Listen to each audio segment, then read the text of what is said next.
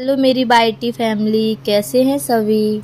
सभी को राधे राधे। जैसा कि हम कहानी लाते हैं, आज भी एक नई कहानी के साथ प्रस्तुत हुए हैं हम। तो आज की कहानी है मिट्ठू। मिट्ठू के ऊपर है, जो कहानी मैंने कभी पढ़ी थी तो आप सबके साथ भी शेयर कर रहे हैं। तो हम कहानी स्टार्ट करते हैं। आज हम आपको ऐसी कहानी सुनाने वाले हैं जो जैसे कि बंदर होते हैं ना, वो लड़कों से भी दोस्ती कर सकते हैं। तो कहानी बहुत इंटरेस्टिंग है, आप सब मन लगाकर सुने। कुछ दिन पहले एक बनारस में सर्कस कंपनी आई थी।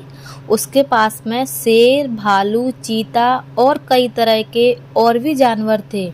इनके साथ एक बंदर भी था जिसका नाम क्या था, मिट्ठू, जो कि कहानी का नाम भी है। लड़कों के झुंड रोज इन जानवरों को देखने आया करते थे। मिट्टू ही इन्हें सबसे अच्छा लगता था। उन्हीं लड़कों में एक गोपाल भी था। वह रोज आता और मिट्टू के पास घंटों चुपचाप बैठा रहता था।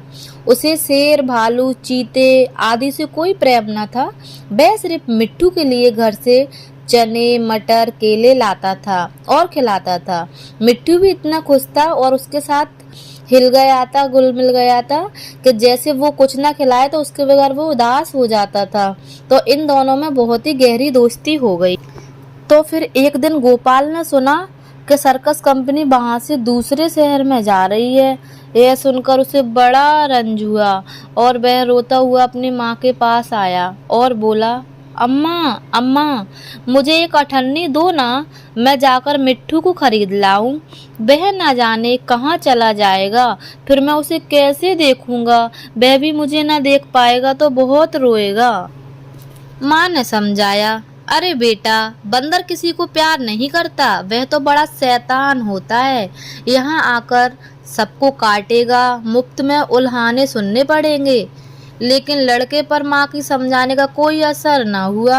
वह रोने लगा। आखिर माँ ने मजबूर होकर उसे एक अठन्नी दे दी। तो बड़ा खुश हो गया गोपाल और खुशी के मारे अठन्नी को उसने खूब चमकाया मिट्टी से और मिट्टू खरीदने चला गया। जब वो वहां पहुंचा तो उसने देखा वहां तो मिट्टू है ही नहीं, उसको मिट्टू दिखाई ही नहीं दिया। गोपाल का दिल भर आया, मिट्टू कहीं भाग तो नहीं गया। मालिक को अठन्नी दिखाकर गोपाल बोला, क्यों साहब, मिट्टू को मेरे साथ बेचोगे। मालिक रोज उसे मिट्टू से खेलते और खिलाते देखता था। हंसकर बोला, अब की बार आऊंगा तो मिट्टू को तुम्हें दे दूंगा। फिर क्या, गोपाल निराश होकर चला गया वहां से। मिट्टू को इधर उधर ढूंढने लगा। वह उसे ढूंढने में इतना मगन था कि उसे किसी बात की खबर न थी। उसे बिल्कुल न मालूम हुआ कि वह एक चीते के कटघरे के पास आ गया था। चीता भीतर से चुपचाप लेटा था। गोपाल को कटघरे के पास देखकर उसने अपना पंजा बाहर निकाला और उसे पकड़ने की कोशिश करने लगा। गोपाल तो दूसरी तरफ ताक रहा था। उसे क्या खबर थी कि चीते का तेज पंजा उसके हाथ के पास पहुंच गया है। वह इतना करीब था कि चीता उसका हाथ पकड़कर खींच ले कि मिट्ठू ने मालूम नहीं कहां से आकर उसके पंजे पर कूद पड़ा और पंजों को दांतों से काटने लगा। चीते ने दूसरा पंजा निकाला और उसे ऐसा घायल कर दिया कि वह वहीं की वहीं गिरा पड़ा और जोर जोर से चीखने लगा। मिट्टू की यह हालत देखकर गोपाल भी रोने लगा। दोनों का रोना सुनकर लोग दौड़े। उन्होंने देखा कि मिट्टू बेहोश पड़ा है और गोपाल रो रहा है। मिट्टू का घाव तुरंत धोया, मरहम लगाया और थोड़ी देर बाद उसे होश आ गया।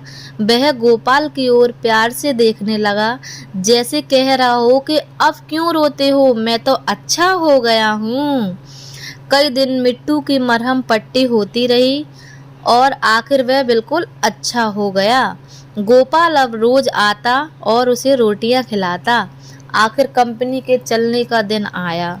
गोपाल बहुत उदास था। वह मिट्टू को कटघरे के पास खड़ा आंसू भरी आंखों से देख रहा था कि मालिक ने आकर कहा, तुम सोच सकते हो क्या कहा होगा, बताओ बताओ। चलो आगे हम बता देते हैं। अगर तुम मिट्टू को पा जाओगे तो क्या करोगे।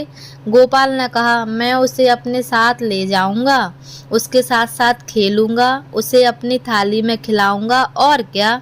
मालिक ने कहा, अच्छी बात है, मैं तुमसे अठन्नी लिए बिना ही इसे तुम्हें देता हूँ। तो गोपाल का तो खुशियों का जैसे कोई खजाना मिल गया हो ऐसा लग रहा था उसको। उसने मिट्टू को गोद में उठा लिया, पर मिट्टू नहीं, गोद में ना बैठने पर नीचे कूद पड़ा और उसके पीछे पीछे चलने लगा। दोनों खेलते खेलते कूदते घर पहुंच गए। तो कैसी लगी हमारी कहानी, आप सभी बताना और अपनी राय देना। आज की कहानी आपको कैसी लगी। तो हमें पशु पक्षियों के प्रति प्रेम और संवेदना दिखानी चाहिए, मित्रता की भावना रखनी चाहिए। बाय बाय दोस्तों सभी को।